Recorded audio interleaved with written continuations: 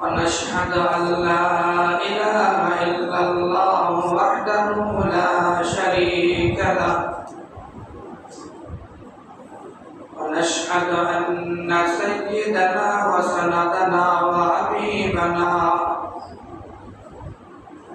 وطبيب قلوبنا ومولانا محمدا عبده ورسوله الذي أرسله بالحق بشيرا ونذيرا وداعيا إلى الله بإذنه وسراجا منيرا فقد قال الله تعالى في كلامه المجيد وفرقانه الحميد أعوذ بالله من الشيطان الرجيم كتب عليكم الصيام أنه قال النبي صلى الله عليه وسلم الصوم لي وأنا أجزي به إن الله وملائكته يصلون على النبي يا أيها الذين آمنوا صلوا عليه وسلموا تسليما আমরা সবাই মহব্বতের সাথে আদবের সহিত দরদ নিয়ে দুরূদে প্রেম করে اللهم صل على محمد وعلى آل محمد كما صليت على إبراهيم وعلى آل إبراهيم إنك حميد مجيد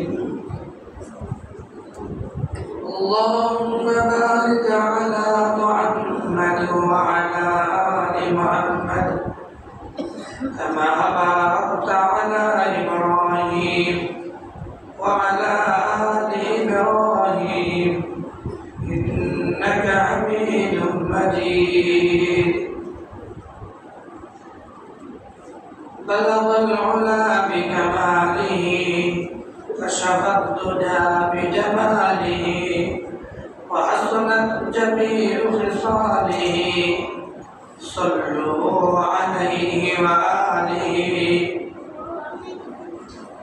আমরা সর্বশ্রেষ্ঠ জিকির কয়েকবার বলে আওয়াজ করে বলি লা ইলাহা ইল্লাল্লাহ লা ইলাহা ইল্লাল্লাহ লা ইলাহা ইল্লাল্লাহ মুহাম্মাদুর রাসূলুল্লাহ তিনবার বলি আস্তাগফিরুল্লাহ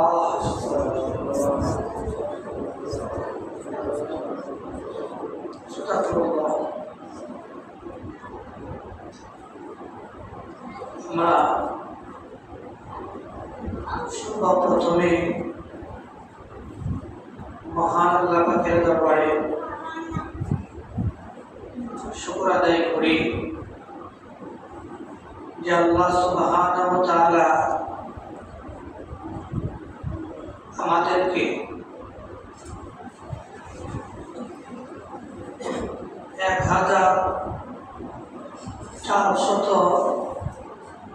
1446 হিজরি সনের নবম নম্বর মাস রমাদান মাস রমাদান মাসের চতুর্থ নম্বর জুমায় শেষ জুমায় আল্লাহ সুবহানাহু ওয়া তাআলা আমাদেরকে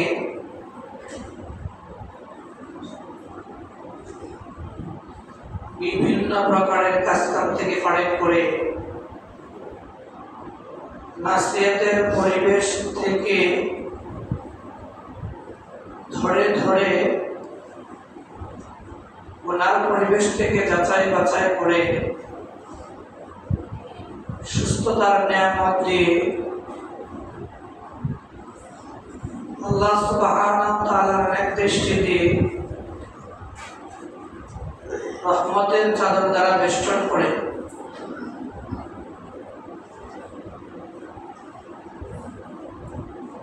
আল্লাহ সুবহানাহু ওয়া তাআলা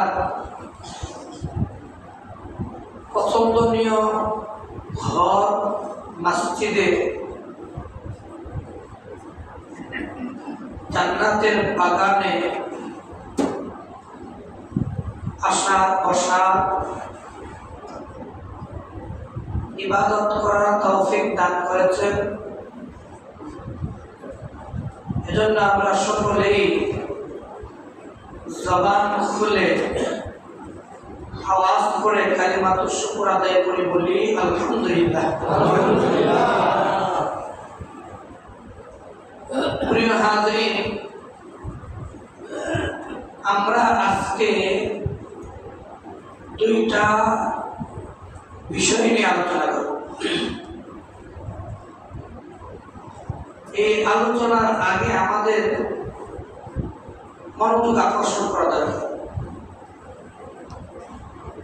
আজকে যে দুইটা বিষয় নিয়ে আলোচনা করব, এই দুইটা বিষয় বোঝার বিষয়, জানার বিষয়।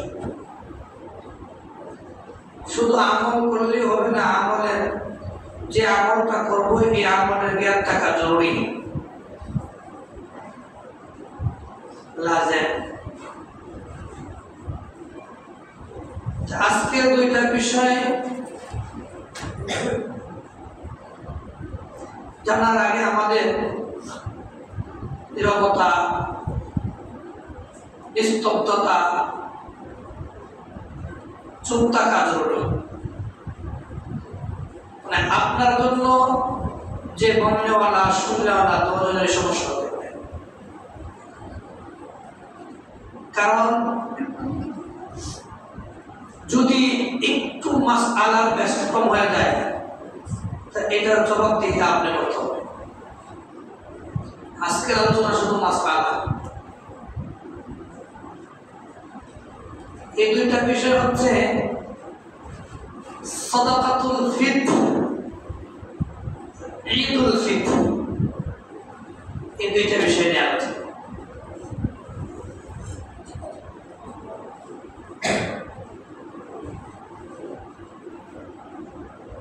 সাদাকাতুল ফিতর এর আলোচনা আমি অধম 8টি ভাগে ভাগ করেছি আপনাদেরকে সহজে বোঝানোর জন্য।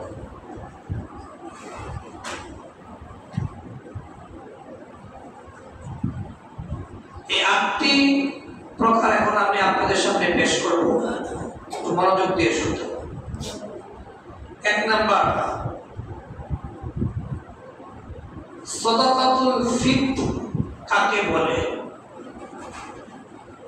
নাম্বার 2, সাদাকাতুল ফিতর কি।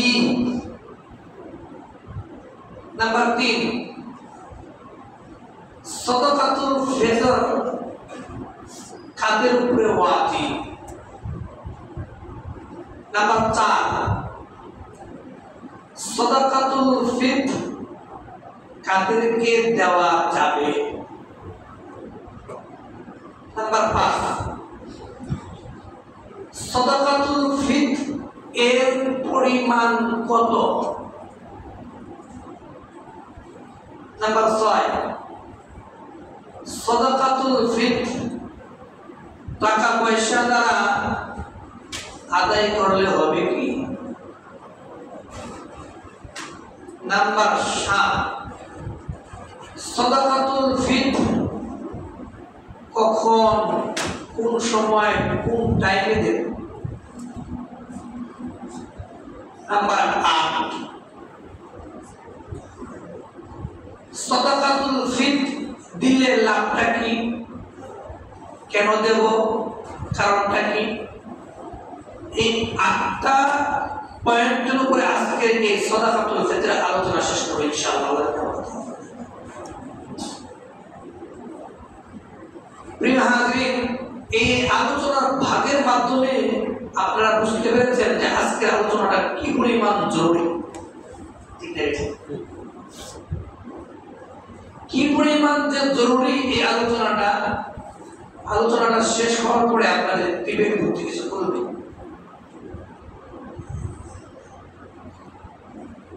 এক নাম্বার, সাদাকাতুল ফিতর কাকে বলে? সাদাকাতুল ফিতর মূলত আরবি দুটি শব্দের সমষ্টি নিয়ে।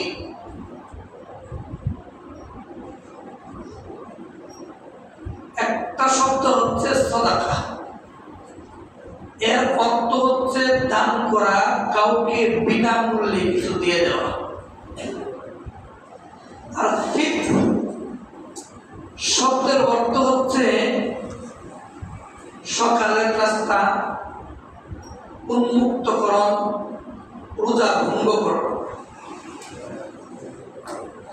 এই সাদাকাতুল ফিতর এর শব্দের অর্থ হচ্ছে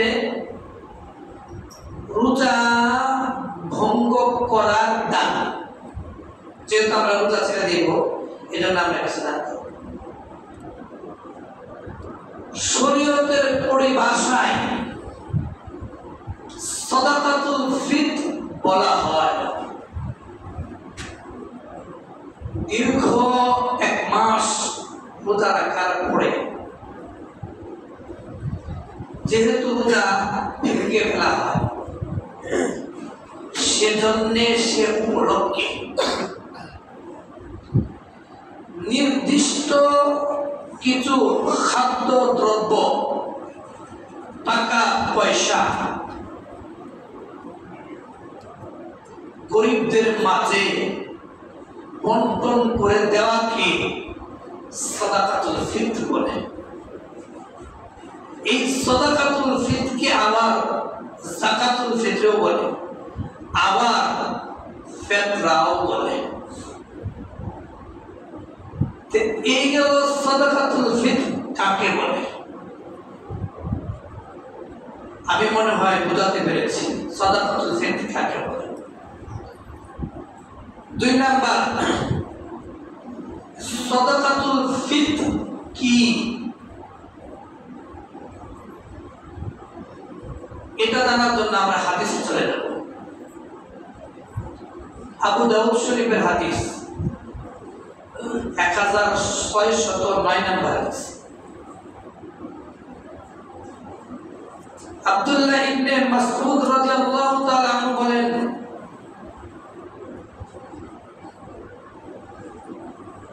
আব্দুল্লাহ ইবনে আব্বাস রাদিয়াল্লাহু তাআলা আনহু বলেন, আব্দুল্লাহ ইবনে আব্বাস রাদিয়াল্লাহু তাআলা কে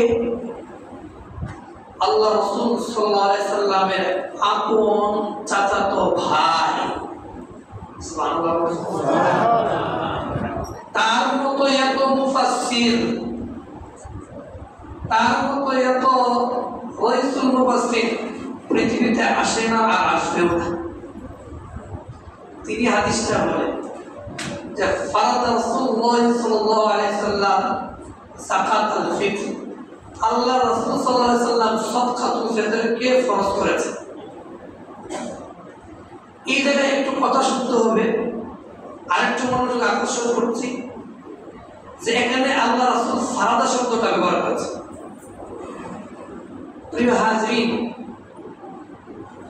কুরআনের অকাট্য দলিল দ্বারা বিধি বিধান সাব্যস্ত হলে এটা হয় ফরজ, আর হাদিসের অকাট্য দলিল দ্বারা বিধি বিধান সাব্যস্ত হলে এটা ফরজ না সুন্নত না, এটা হয় ওয়াজিব।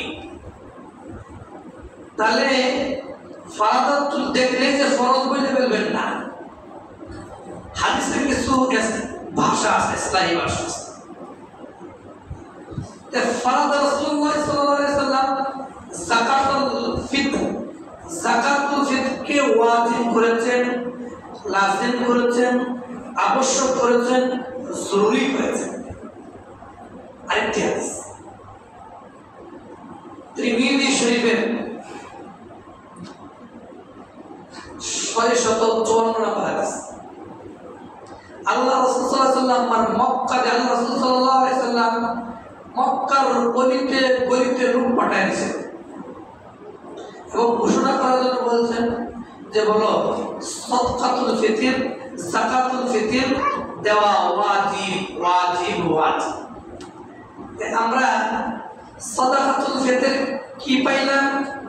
ওয়াজিব পাইলাম। সাদাকাতুল ফিতর কি? ওয়াজিব। এখন আসুন সাদাকাতুল ফিতর কাদের উপরে ওয়াজিব?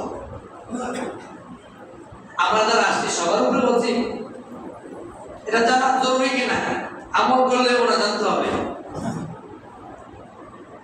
সাদাকাতুল ফিতর প্রত্যেক স্বাধীন মুসলমান নর নারী নেশাব পরিমাণ মালের মালিক হলে আর ওই নেশাব পরিমাণ মাল যদি পাওয়া যায় ঈদুল ফিতরের দিন, তাহলে তার উপর সাদকাতুল ফিতর ওয়াজিব। শুধু তাই না, শুধু তাই না, তার অধীনস্থ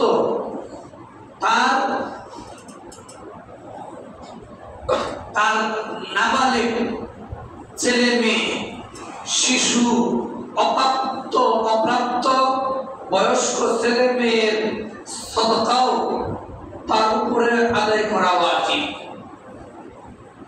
হ্যাঁ, তবে নির্ভরশীল লোকদের সদকা আদায় করা উত্তম জরুরি না।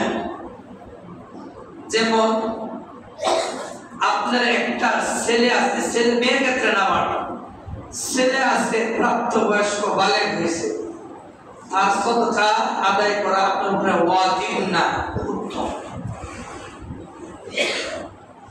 কথাটা ক্লিয়ার?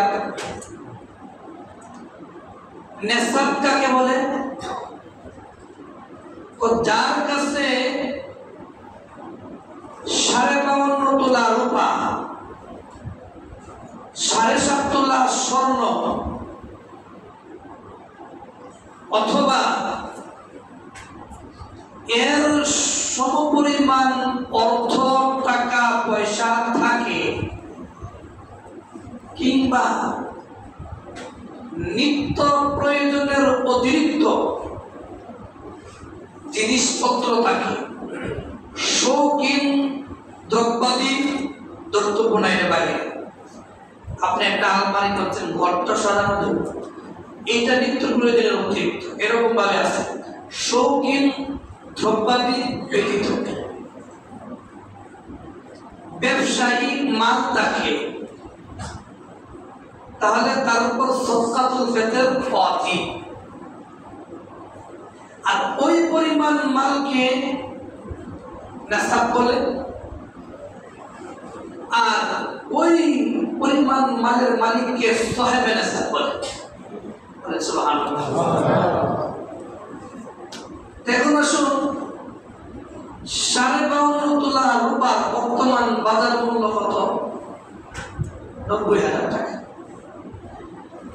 এখন যদি আপনার কাছে 90,000 টাকা থাকে, 90,000 টাকা নাই, স্বর্ণ রূপা মিলে 90,000 টাকা থাকে, অথবা স্বর্ণ রূপা টাকা মিলে 90,000 টাকা থাকে, অথবা স্বর্ণ রূপা টাকা এবং জিনিসপত্র মিলে যদি 90,000 টাকা থাকে, তাহলে আপনার উপর সাদকাতুল ফিতর আদায় করা ওয়াজিব। কথাটা ক্লিয়ার? এখন আসুন 4 নাম্বার, সাদকাতুল ফিতর আমরা কাদেরকে দেব?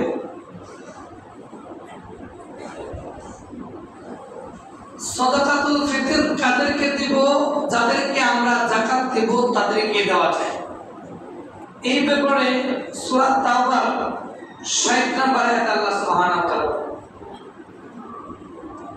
ইন্নামাস সাদাকাতু লিল ফুকারা'i ওয়াল মাসাকিন, তোমরা সদকা দিবা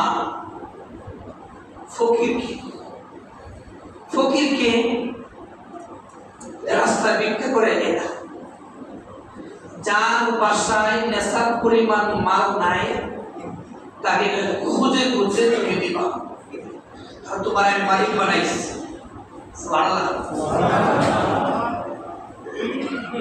খুঁজে খুঁজে তুমি দিবা, কারণ তোমার আমি মালিক বানাইছি। তোমার ফকির বানাইতে আমার সেকেন্ডের সময় থাকবে, ঠিক না? ঠিক বাহাদুরি দেখা হবে, আল্লাহ হয়তো থাকবে না, সব ধ্বংস। কত বাচ্চা রাজা বাচ্চাকে রাস্তার ফকির বিক্রি করে, 2-3 টাকার টাকা পায়া আর একটু এলেম পায়া যে বাহাদুরি করো, এটা ধ্বংস হইতে সময় খুঁজে খুঁজে দিবা। 2 নাম্বার হচ্ছে ওয়াল মাসাকিন, মিসকিনকে দিবা যার কোনো কিচ্ছু নাই। 3 নাম্বার ওয়াল আমিলিনা আলাইহা, যাকাতের কাজে নিয়োজিত ব্যক্তি। ওয়াল মুআল্লাফাতা কুলুবুহুম, ইসলামের প্রতি আকৃষ্ট করার জন্য বিধর্মীদেরকে অমুসলিমদেরকে সদকাতুল ফিতর দেওয়া, এটা জায়েজ, কিন্তু যাকাত দেওয়া জায়েজ না। অফির রিকাব, গোলাম আজাদ করার ক্ষেত্রে, ওয়াল গারিমিনা আলাইহা ওয়াল গারিমিন, এবং ঋণগ্রস্ত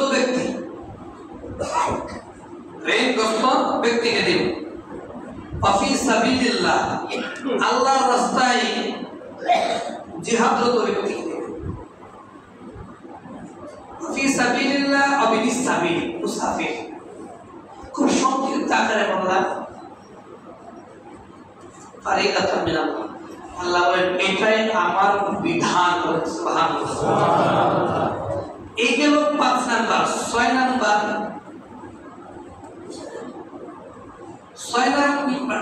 4 নাম্বার গেছে, 5 নাম্বারটা। 5 নাম্বার হচ্ছে যাকাতুল ফিতর এর পরিমাণ কত। খুব খেয়াল করে শুনেন প্রিয় মুসলমান ভাইরা, যাকাতুল ফিতর এর পরিমাণ কত? 3টা হাদিসে আমি আপনাদের সামনে বলবো। আবু দাউদ শরীফের 1620 নাম্বার হাদিস, তিরমিজি শরীফের 674 নাম্বার হাদিস, বুখারী শরীফের 1506 নাম্বার হাদিস। ওই 3 হাদিস মিলে পাওয়া যায় যে আল্লাহ রাসূল সাল্লাল্লাহু আলাইহি সাল্লাম 5টা জিনিসের মাধ্যমে সাদাকাতুল ফিতর আদায় করেন। 1 নাম্বার দোয়া, খেজুর, পনির, কিচমিচ। ওই 4টা জিনিস দ্বারা যদি কেউ আদায় করতে চান, খাদ্য দ্রব্য দিতে চান, এটা দিয়ে দেন। হ্যাঁ, কত পরিমাণ দিবেন? 1 সা। 1 সা পরিমাণ কত কেজি? 3 কেজি 300 গ্রাম। যদি ওই 4টা জিনিস দ্বারা কেউ আদায় করতে চান, এর মূল্য দিতে চান, এটা মাইপে আপনার। আর 5 নাম্বার যেটা হচ্ছে গম, আটা, ময়দা তারা দিতে চান তো অর্ধ-সা। অর্ধ-সার পরিমাণ কত কেজি? 1 কেজি 650 গ্রাম। এটার মূল্য কত? বাংলাদেশ সরকার কর্তৃক ইসলামিক ফাউন্ডেশন থেকে নির্ধারিত করে দিয়েছে। ওই গম আর আটা দ্বারা যদি কেউ আদায় করতে চান, 110 টাকা দিবে। এটা কারা দিবে? নিম্নবিত্ত, মধ্যবিত্ত। আর যারা উচ্চবিত্ত আছেন তারা ওই 4টা জিনিস দ্বারা দেবে। সর্বনিম্ন হয়েছে এটা 110 টাকা, আর উচ্চবিত্ত যারা দিবেন উচ্চবিত্ত যারা দিবেন 3000 টাকা মাথা পিছু। তাহলে সমস্ত হাদিসের উপর আমল হয়ে যাবে। সমস্ত হাদিসের উপরে কি হয়ে যাবে? আমল হয়ে যাবে। যদি মধ্যবিত্তরা উচ্চবিত্তরা না দেন, আল্লাহ কাছে জবাব দিতে হবে, ওই হাদিসের উপরে আমল করলেন না, আল্লাহ তো তোমার মাল দিচ্ছে। এইটা সেটা কম দিছে, আমি আমার কিছু উম্মত আছে গরিব তাদের জন্য, বড় লোকদের জন্য সব হাদিসের উপরে আমল করতে হবে। কি করেন? এখন আসুন 6 নাম্বার, ওই সাদাকাতুল ফিতর টাকা পয়সা দ্বারা আদায় করলে আদায় হবে কি? 6 নাম্বার পয়েন্ট আছে। বাংলাদেশের মধ্যে এক শ্রেণীর মানুষ ঢালাও ভাবে প্রচার প্রসার করছে খাদ্য দ্রব্য ছাড়া সাদাকাতুল ফিতর দিলে আদায় হবে না। প্রিয় হাজরিন, ওই মিডিয়ার মধ্যে সব আলেমরা না যাওয়ার কারণে এইটা তারা সুযোগ পেয়েছে, আর এইটা যাদের কাছে বেশি মোবাইল তারা গ্রহণ করেছে। বিশেষ করে আমার উস্তাদ শেখ আহমদুল্লাহ এটার প্রতিবাদ করেছেন এবং তিনি বলেছেন এখন কিছু বাতিল স্তব্ধ হয়েছে। ঢালাওভাবে প্রচার প্রসার করছে, বলছে যে খাদ্য দ্রব্য ছাড়া দিলে আদায় হবে না। তাদের কথাটা 100% ভুল। খাদ্য দ্রব্যের বিনিময়ে টাকা পয়সা দ্বারা আদায় করলে আদায় হয়ে যাবে, এই ব্যাপারে দলিল। এই ব্যাপারে দলিল বিশিষ্ট তাবী আবু ইসহাক সাবিঈ রাহমাতুল্লাহি আলাইহি তিনি বলেন, আদরাকতুহু ওয়া হুম ইউতুনা, আমি অনেক সাহাবাদেরকে পেয়েছি যারা খাদ্য দ্রব্যের বিনিময়ে দিরহাম দ্বারা টাকা পয়সা দ্বারা সাদকাতুল ফিতর আদায় করেছে। এটি হলো তার বক্তব্য। হাসান বসরি রাহমাতুল্লাহ আলাইহি বলেন, লা বাসা, কোনো সমস্যা নাই, সাদকাতুল ফিতর টাকা পয়সা দ্বারা আদায় করাতে কোনো সমস্যা নাই, আদায় হয়ে যাবে।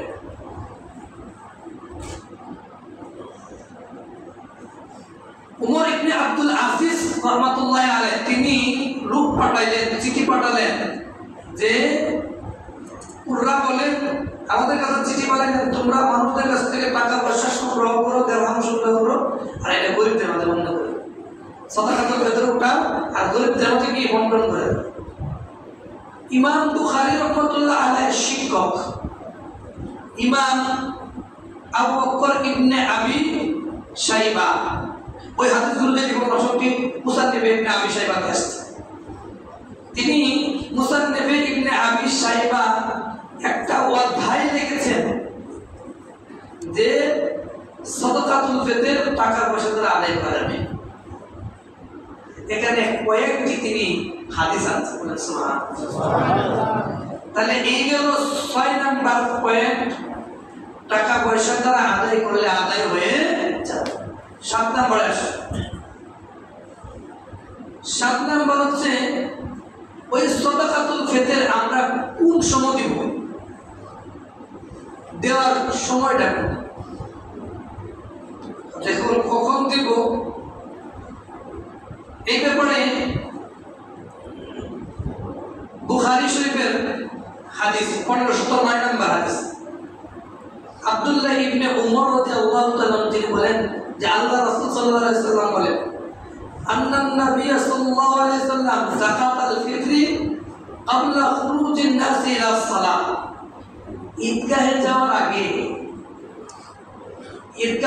আগে তোমরা সাদাকাতুল ফিতর আদায় করো, এটা আমাদেরকে নির্দেশ দিয়েছে।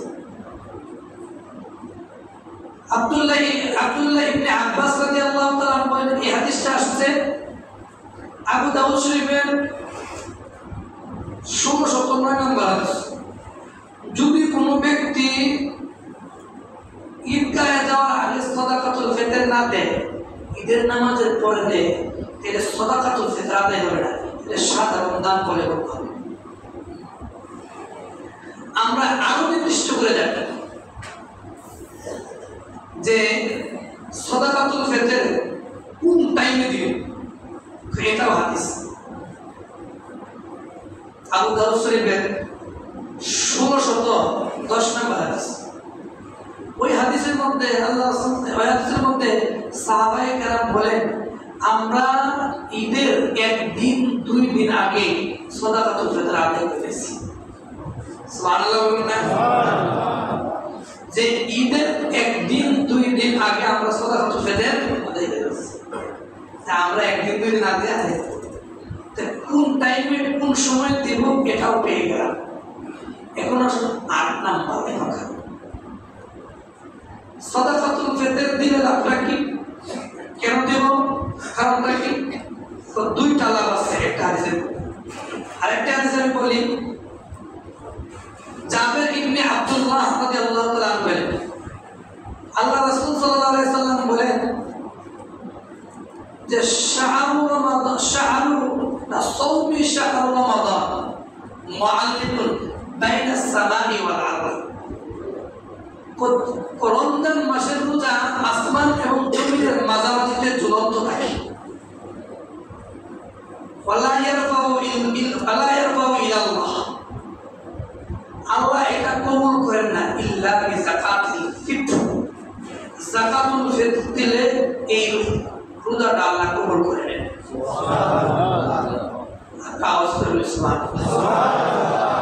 যাকাতুল ফিতর দিলে আল্লাহ রোজাটা কবুল করে নেন। এখন আসুন আবু দাউদ শরীফের 1609 নম্বর হাদিস। ওই হাদিসের মধ্যে দুইটা উপকারের কথা বলছে। আল্লাহ ফারাদা রাসূলুল্লাহ সাল্লাল্লাহু আলাইহি ওয়াসাল্লাম যাকাতুল ফিতর, আমি যাকাতুল ফিতরকে লাযিম করেছি কারণ তুহরাতুল লিসাইমি মিনাল লাগwi ওয়াল রাফস, রোজাকে পবিত্র করার জন্য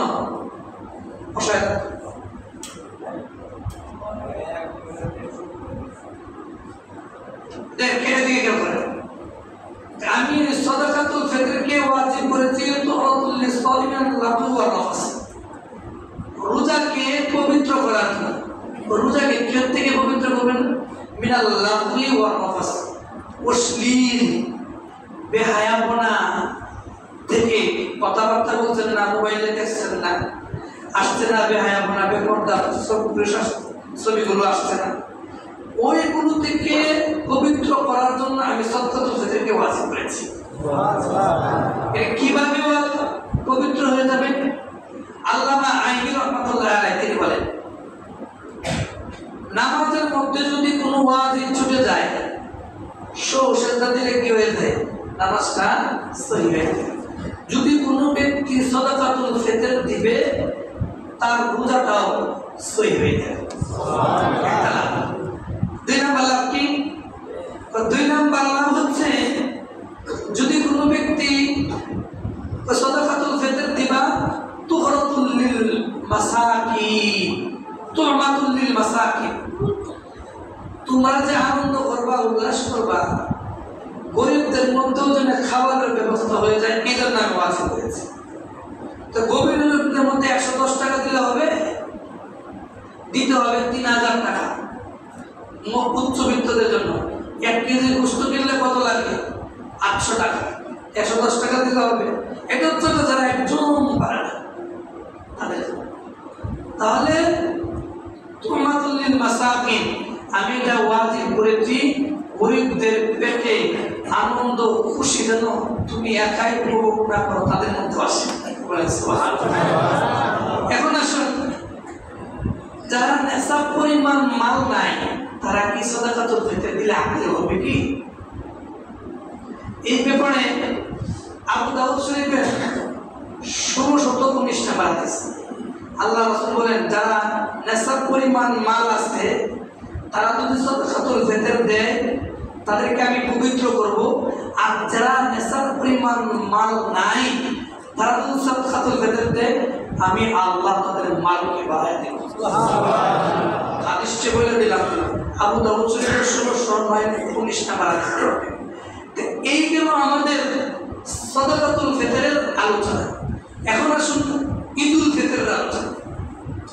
ঈদুল ফিতরের আলোচনা আমরা 5টা পয়েন্টে শুনব। 1 নাম্বার, ঈদুল ফিতর কাকে বলে, ঈদুল ফিতর কাদের উপর ওয়াজিব, ঈদের ফিতরের ইতিহাস, ঈদের সূচনা 3 নাম্বার। 4 নাম্বার হচ্ছে ঈদের দিনে কি করণীয় এবং কি বর্জনীয়। 5 নাম্বার হচ্ছে ঈদের নামাজের নিয়ম। এই 5টা থেকে আজকে একটা বিষয় বলব, কোনটা? ঈদের দিনে কি করণীয় এবং বর্জনীয়। কারণ এখন না বললে আপনি আমল করবেন কিভাবে? আপনি এটা রাখলাম ঈদের দিনে 4টি।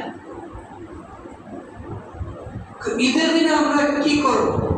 প্রথমে আসেন 1 নাম্বার, ঈদের দিনের সুন্নাত। ঈদের দিন শাওয়ালের চাঁদ খোঁজা,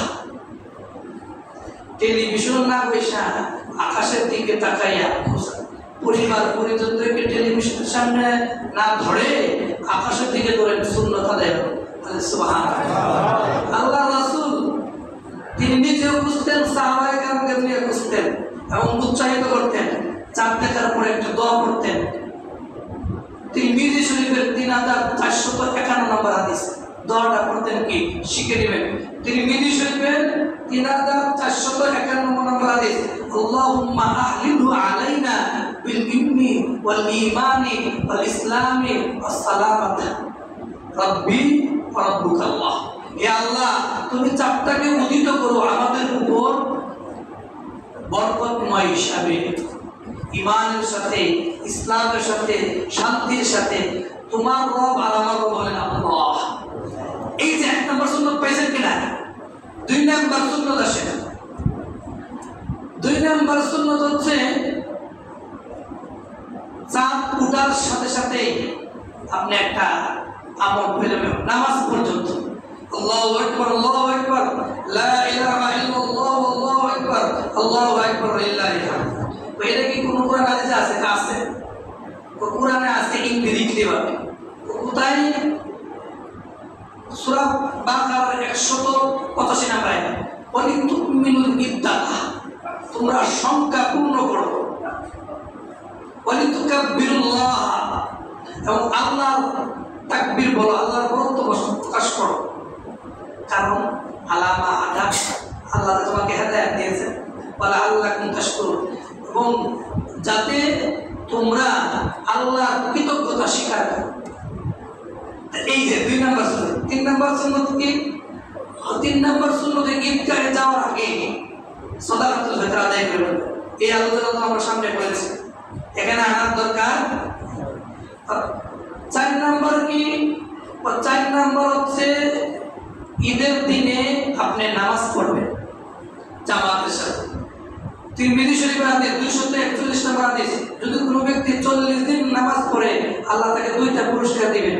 মুনাফিকের খাতা থেকে নামটা কেটে দিবেন, আর জাহান্নামের খাতা থেকে নামটা কেটে দিবেন। সুবহানাল্লাহ। আর ঈদের দিন রাতে নামাজ পড়বেন। যে ব্যক্তি ঈদের দিন রাতে নামাজ পড়ে, যে ব্যক্তি 5টা রাতে নামাজ পড়ে, তার জন্য জান্নাতটা ওয়াজিব হয়ে যায়। 2 ঈদের দিন আসছে। জিলহজ মাসের 8 তারিখ, 9 তারিখ সবে পড়া হয়েছে।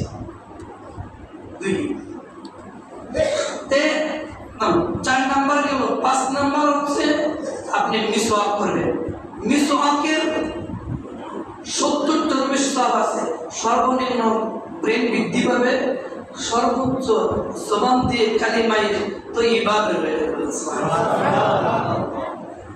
5 নাম্বার।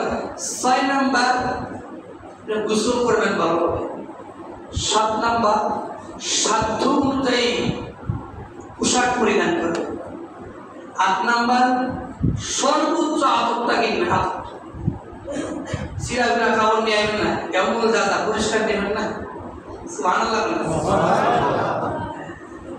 8 নাম্বার যে আপনার সুগন্ধি ব্যবহার করবেন। 9 নাম্বার এই হাদিসটা আসছে বুখারী শরীফের 953 নম্বর হাদিস। তো আসার সময় আনাস ইবনে মালিক রাদিয়াল্লাহু তাআলা তিনি বলেন যে আল্লাহ রাসূল ঈদগাহ যাওয়ার সময় ঈদুল ফিতরের দিন খেজুর খাইতে বলেন সুবহানাল্লাহ। আবার খেজুর খাইতেন বেজুর তিনটা 5টা 7টা আপনি তো খেজুর না দিলে মিষ্টিটা খেয়ে বেজুর খেয়ে আসেন। এটা কত গেল 9 নাম্বার। 10 নাম্বার হচ্ছে আপনি রাস্তা দিয়ে আসবেন, এক রাস্তা আরেক রাস্তা দিয়ে যাবেন। এটা বুখারী শরীফের 983 নম্বর হাদিস। এক রাস্তা দিয়ে আসবেন, আসার সময় তাকবীরগুলো আস্তে আস্তে বলবেন। 10 নাম্বার হচ্ছে আপনি এক রাস্তা দিয়ে আসবেন আর এক রাস্তা দিয়ে যাবেন। 10 নাম্বার হচ্ছে আপনি আয়েশা ঈদের নামাজ ঈদগাহে পড়া। যেহেতু আমাদের এখানে ঈদগাহ নাই, মসজিদে আসে আগে আগে চলে আসে। এবং 11 নম্বর হচ্ছে এই নামাজ পড়া এবং খুতবা শোনা।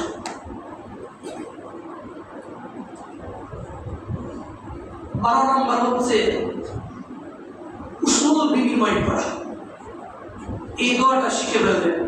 এবং কোলাকুলি করা এটা ঈদের সুন্নত না, অন্য দিনের সুন্নত। সুবহানাল্লাহ বলেন। এটা ঈদের সুন্নত না, এটা অন্য দিনের। কুশল বিনিময় করা কি বলবেন? তাকাব্বালাল্লাহু মিন্না ওয়া মিনকুম। একজন আরেকজনকে দেখাবো, আমার সাথে সাথে বলেন তাকাব্বালাল্লাহু মিন্না ওয়া মিনকুম। জোরে বলেন তাকাব্বালাল্লাহু মিন্না ওয়া মিনকুম। এর অর্থ যে আল্লাহ আমরা যে রমজান মাসে আমল করেছি, আপনার আমল আমাদের আমল আল্লাহ কবুল করবেন। আমিন। এই ঈদের দিনের সুন্নাতগুলো আমাদেরকে আদায় করার তৌফিক দান করুন। সকলেই আওয়াজ করে বলেন আমিন আমিন আমিন আমিন। আপনাদের সামনে আমাদের সম্মানিত সভাপতি